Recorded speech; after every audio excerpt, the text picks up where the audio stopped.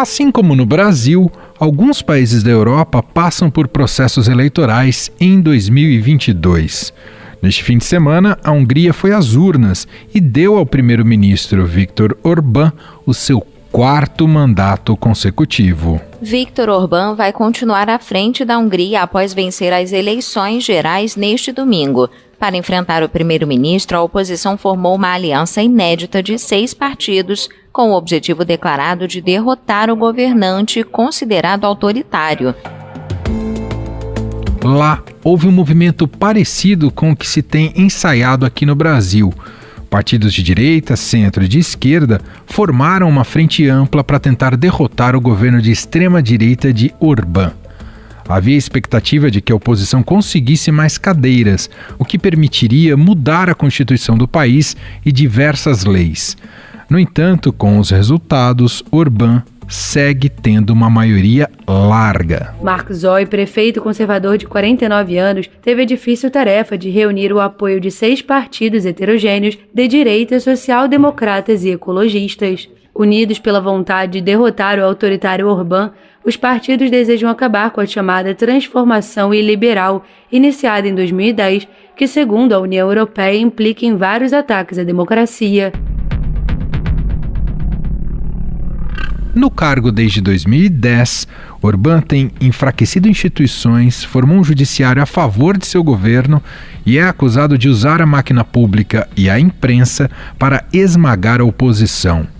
As violações à democracia e os ataques contra minorias são cada vez mais crescentes, em especial a população LGBTQIA+. Entrou em vigor hoje na Hungria a lei que proíbe a abordagem da temática LGBTQIA+, nas escolas do país e em filmes e campanhas publicitárias voltadas para menores de 18 anos.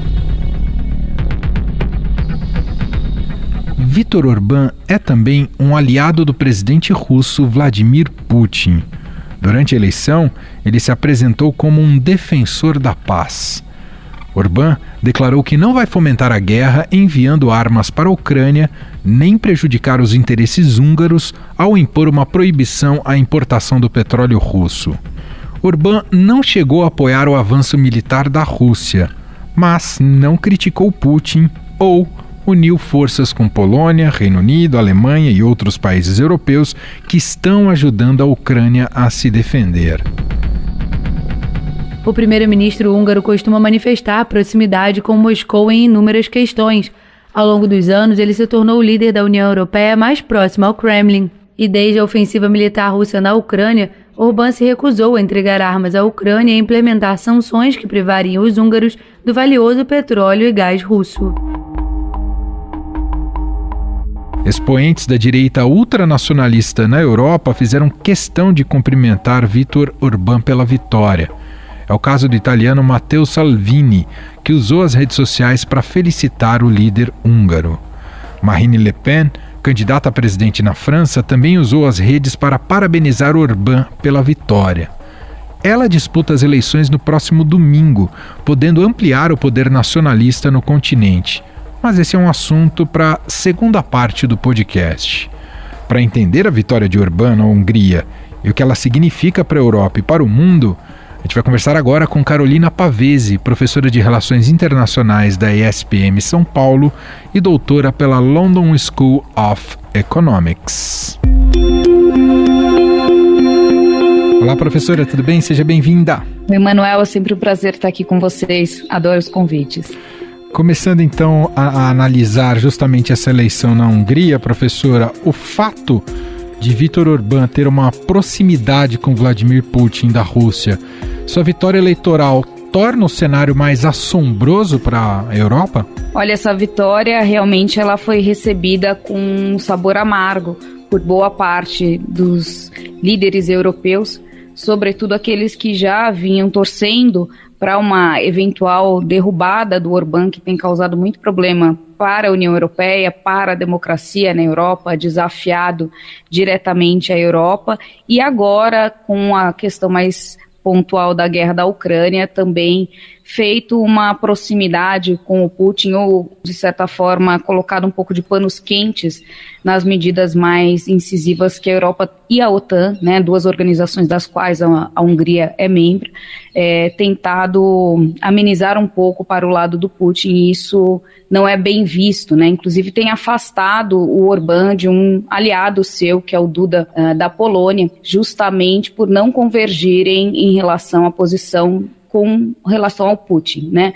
É importante a gente enfatizar que o Orbán tem bom relacionamento com o Putin pessoalmente, e a Hungria tem uma dependência energética muito grande da Rússia. Mais de 90% do gás e cerca de 65% do petróleo da Hungria vem da Rússia. Então também é uma condição material objetiva que cria um vínculo forte e que aumenta os custos de uma eventual sanção, né? Professora, dá para traçar paralelos da eleição húngara com a eleição brasileira, dado o perfil conservador, muitas vezes extremista, de ambos os presidentes, tanto Orbán quanto Bolsonaro? Dá sim, Emanuel. É importante colocar numa perspectiva mais ampla, histórica, inclusive, essa vitória e o que ela simboliza para o populismo e para a extrema-direita, né? Nós vemos o Orbán é uma figura que desponta aí na política da Hungria já na década de 90, no final da década de 90, como um militante de movimentos anticomunistas.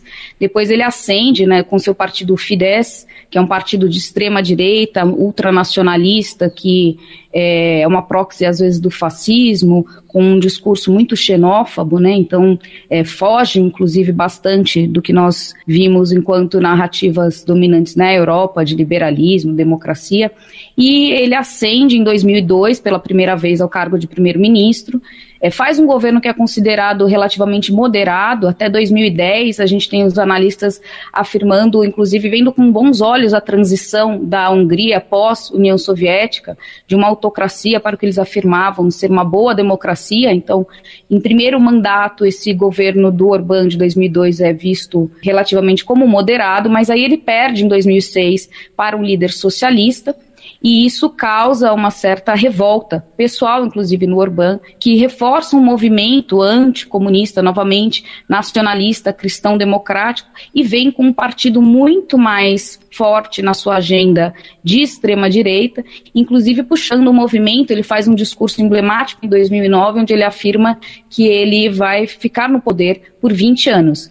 Isso em 2009, né? Então, pela sua profecia, nós ainda temos até 2029 do seu governo. Pois ele ascende, ele ganha as eleições em 2010, né? O Fidesz tem maioria e, portanto, ele se torna o primeiro-ministro eleito, e a gente tem desde então essas 4 reeleições consecutivas há 12 anos aí, com um governo sendo cada vez mais autoritário, cada vez mais de extrema-direita, um governo muito criticado, que logo de cara promoveu uma série de reformas constitucionais para aumentar o seu poder. Ele fez mudanças, inclusive no processo legislativo, na questão de votos dos distritos, para que distritos onde ele tinha maioria tivessem mais votos ainda. Então ele foi fazendo uma série de reformas que alguns analistas chamam de fascismo soft. Soft não porque ele é brando, mas porque ele vem de uma forma um pouco mais suave, né, e menos abrupta, e vem aos poucos. Então essas reformas, elas acabam acontecendo de uma maneira menos perceptível. Quando se dá conta, já está instaurada uma mudança de curso nesse processo democrático que agora está cada vez mais distante, né? Promoveu reformas na Constituição, mudou o sistema judiciário, então ele demitiu ou forçou a aposentadoria de todo mundo com mais de 62 anos e colocou os juízes que são de seus partidos e aliados, fez uma perseguição maciça à imprensa livre. Hoje nós temos mais de 90% da mídia na Ucrânia controlada ou por agências estatais que têm um viés ideológico muito partidário, ou por empresas dos oligarcas, né? Ele forçou as empresas de mídia privada a serem vendidas para os seus grandes oligarcas, que são seus apoiadores. Então, ele controla, basicamente, o Fidesz tem o controle basicamente de 90% da mídia, além de uma perseguição grande a grupos LGBTQIA+, a pauta de gênero em geral, né? A oposição, a ONGs, e inclusive um ataque pessoal ao George Soros, que é o seu fiel número 1 inimigo aí. Então, assim, tudo isso é muito preocupante quando nós acompanhamos, e voltando ao ponto inicial, isso se insere dentro de um movimento de ascensão na extrema-direita na Europa, que começou no início dos anos 2000, tomou mais fôlego com a crise econômica de 2008, que gerou uma grande dissatisfação da população com a condição econômica, e que se acentuou em 2015 e 2016 com a crise dos refugiados, sobretudo da guerra da Síria, mas que deu margem para esse crescimento de um sentimento nacionalista xenófobo de partidos e de líderes populistas. E aí nisso a gente traça um paralelo com a ascensão e com a vitória de Jair Bolsonaro aqui no Brasil em 2018, mas também com as eleições de Donald Trump em 2016, que todos esses se inserem dentro desta mesma linha, né? Lideranças populistas que vêm propagar uma mudança radical no curso da política, né, se colocando como apolíticos ou como políticos não convencionais, independente da longa tradição que eles possam ter na política, polarizando a sociedade num discurso claro de bem contra o mal, né, numa perspectiva bem maniqueísta, de uma perseguição às elites, e aí elites não só elites econômicas, mas elites, por exemplo, a mídia, a academia, outros políticos, alguns grupos em especial, né, e tudo isso se insere dentro desse padrão de que nós classificamos como governos populistas com um viés ideológico de extrema direita. Então não é um movimento isolado nem aqui, nem na Europa, mas se insere dentro de uma fase da política que precisa ser muito bem examinada e que por trás tem um descontentamento grande da população com o status quo da política, né? Bom, dada essa eleição recente e a maneira como a senhora muito bem explicou, né, como o Orbán tomou o estado da Hungria para si, a cada ciclo eleitoral fica cada vez mais difícil para a oposição se colocar como uma real alternativa. Quando a gente fala em morte da democracia, isso a gente encontra na prática o que a Hungria está vivendo nesse momento, professora? Certamente, Emanuel.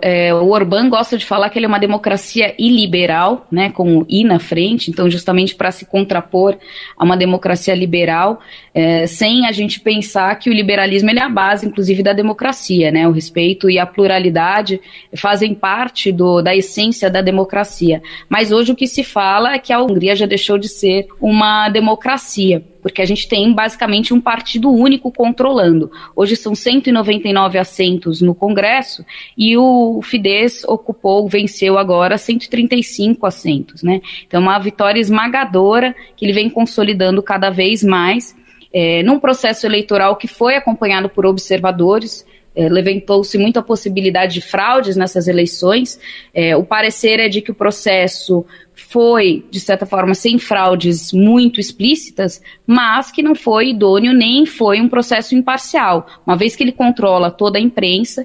E, por exemplo, só para ilustrar, dos 20 mil outdoors para a campanha eleitoral que o governo disponibiliza, só 2 mil foram alocados para a oposição, 18 mil ficaram com o Orbán, né? Então a gente vê aí uma campanha muito grande, de uma forma muito desleal. Houve uma coalizão, isso foi interessante, os partidos de oposição, 6 partidos se juntaram numa coalizão para tentar derrubar o Orbán e perderam de uma maneira bem forte, né? Então a gente vê a dificuldade que se tem, porque é justamente essa a estratégia: controlar as instituições, né? Controlar a vida social e política do Estado sem necessariamente precisar dar um golpe, né? E aí volta porque eu estava falando inicialmente de um fascismo soft ou de um fascismo dissimulado, talvez seja uma tradução melhor, né? Onde ele vem de uma maneira imperceptível, comendo pelas beiradas, e quando a gente para analisar o que restou dessa democracia e dessas instituições na Hungria, a gente vê que elas estão completamente corrompidas. Aliás, corrupção também é uma marca desse governo, né? Daqui a pouco a Carolina volta para a gente continuar essa conversa. Como dissemos anteriormente, a força dos ultraconservadores pode ser ampliada na Europa neste próximo domingo, quando ocorrem as eleições francesas. A pesquisa de intenção de voto mais recente do Instituto IFOP aponta um segundo turno entre o atual presidente Emmanuel Macron e a candidata nacionalista Marine Le Pen. Desde o início do conflito entre a Rússia e a Ucrânia, Macron tenta se mostrar como um líder que sabe governar em tempos de crise. O presidente francês Emmanuel Macron vai ao leste europeu, ele vai se reunir com o polêmico autocrata russo Vladimir Putin. A viagem é parte dos esforços aí que a Europa está fazendo para tentar cessar a crise na fronteira entre a Rússia e a Ucrânia.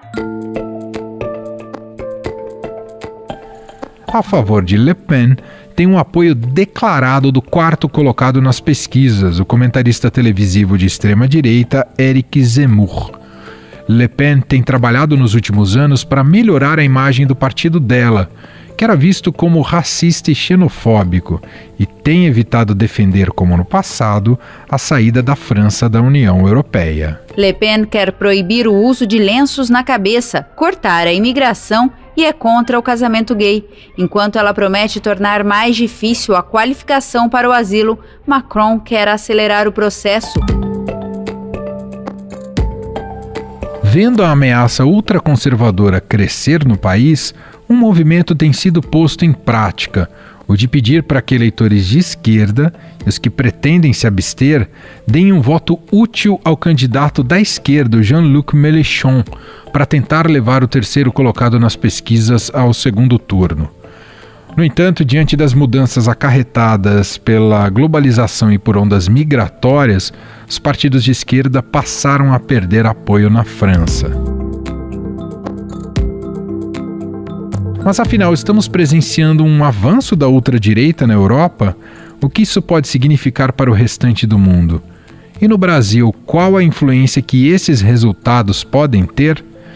Para concluir aqui a nossa conversa, voltamos a falar com Carolina Pavese, professora de Relações Internacionais da ESPM São Paulo e doutora pela London School of Economics. A gente está falando aqui a gente falou há pouco, sobre o Viktor Orbán. A Le Pen, na França, pode ser vista como uma representação do Orbán ou há diferenças, professor? Olha, a Le Pen, ela inclusive tem também despontado nas pesquisas como uma forte candidata a enfrentar o Macron no segundo turno, tem tido uma ascensão muito rápida nessas últimas pesquisas, né?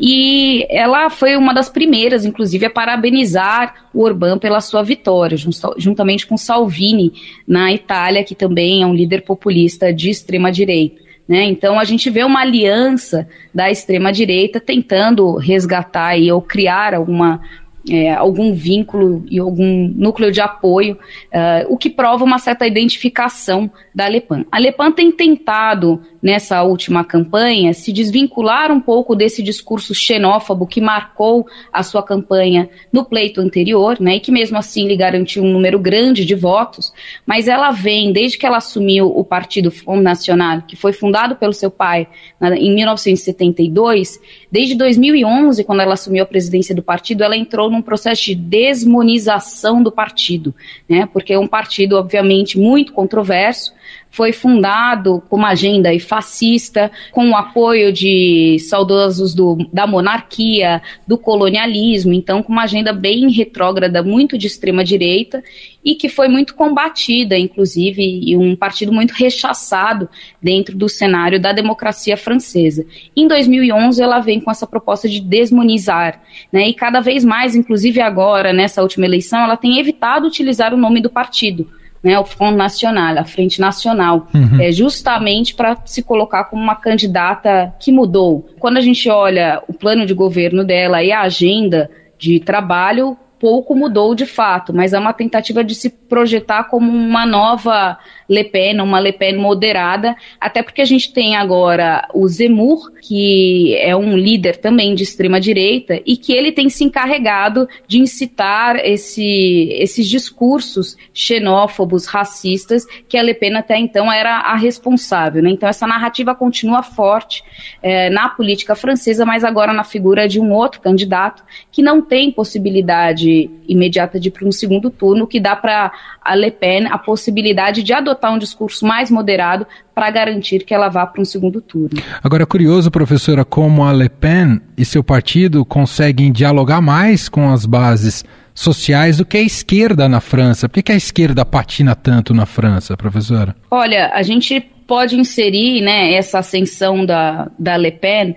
É interessante porque esse partido, como eu mencionei, começa lá na década de 70, então é um partido que tem aí, faz 50 anos agora, então com um longo histórico, e que era um partido muito minoritário. Quando Jean-Marie Le Pen, que é o pai da Marine Le Pen, era o presidente, era um partido muito minoritário, embora ele tenha ascendido, e inclusive o Le Pen é hoje membro do Parlamento Europeu. É um partido que faz um discurso populista na sua natureza e que desafia o globalismo, que desafia o establishment, que desafia a política convencional, que é uma política na qual a esquerda faz parte.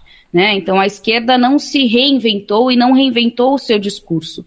E, sobretudo na França, onde a esquerda é ainda muito forte, né? Sobretudo os movimentos sociais, os movimentos sindicais e a esquerda na base, né? Mesmo que a gente veja uma presença menor em nível federal, em nível, né, nacional, mas ela ainda é muito forte na base, há uma tradição muito grande da esquerda na política francesa, de modo que, quando se pensa em política, é difícil desassociar também desses partidos, que seguem uma linha mais tradicional. Então, aparece a Le Pen com esse discurso inflado e que vai justamente se contrapor à política convencional e vai falar o que nós escutamos por aqui também, que até agora não deu certo e que, portanto, está na hora de se reinventar a política e se radicalizar a política também para se derrotar um inimigo em comum, né? E esse inimigo é a globalização, esse inimigo é o estrangeiro, e esse inimigo é a própria esquerda, que governou por muito tempo a França, e que fica fácil, portanto, atribuir boa parte dos problemas do Estado a governos de esquerda, né? Embora isso seja uma leitura extremamente simplista da questão. Só para a gente fechar, professora, queria te ouvir de que maneira a guerra na Ucrânia se insere na eleição francesa e se favorece o Macron. A França, esse semestre, ela estava à frente da presidência do Conselho da União Europeia, né? Então isso dá do Conselho Europeu, então isso dá uma posição de prestígio para a França. A gente viu uma liderança e tem acompanhado uma liderança grande da França coordenando a posição da União Europeia justamente por essa função exercida que vai até julho esse cargo. Isso já deu visibilidade para o Macron e uma oportunidade de exercer uma liderança. Nós vimos também o Macron tentando mediar acordos, tentando fazer um diálogo direto, inclusive com o Putin, coisa que poucos líderes mundiais fizeram.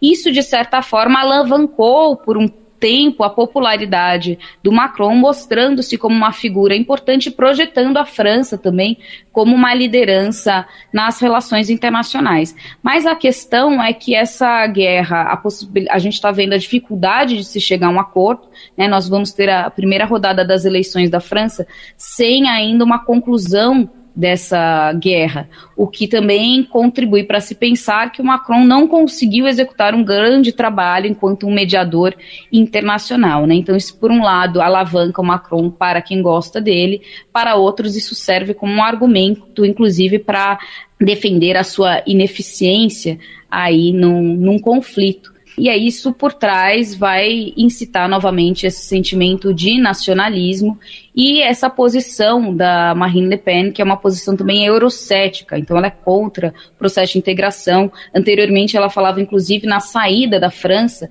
desse processo, né, coisa que também é muito polêmica, e agora ela já adotou também novamente para ser eleita um discurso mais moderado, onde ela afirma que vai rever a posição e que a França vai defender os interesses nacionais, mas sem deixar o processo de integração.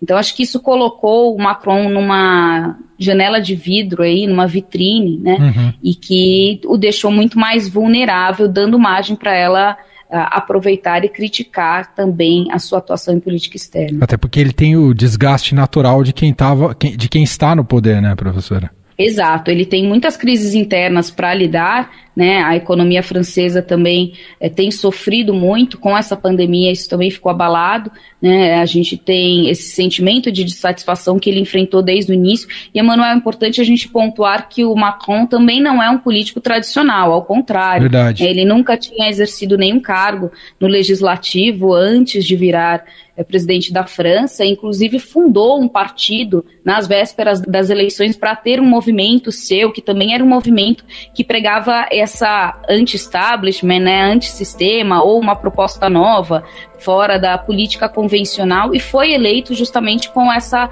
proposta de um político diferente, de um político novo, mas que tem um discurso e tinha um discurso mais de centro, mais moderado e que, portanto, era mais palatar para o eleitor e a eleitora francesa. Muito bem, nós ouvimos aqui a análise de Carolina Pavese, professora de Relações Internacionais da ESPM, doutora em Relações Internacionais pela London School of Economics, especialista em Europa. Te agradeço demais mais uma vez a participação por aqui, professora. Como sempre, foi ótimo. Obrigada, Manuel.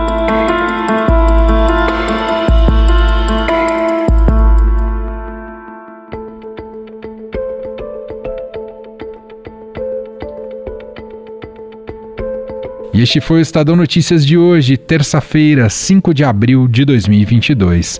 A apresentação foi minha, Emanuel Bonfim. Na produção, edição e roteiro, Gustavo Lopes e Jefferson Perleberg. A montagem é de Carlos Valério. Escreva pra gente no podcast @estadão.com. Um abraço para você e até mais.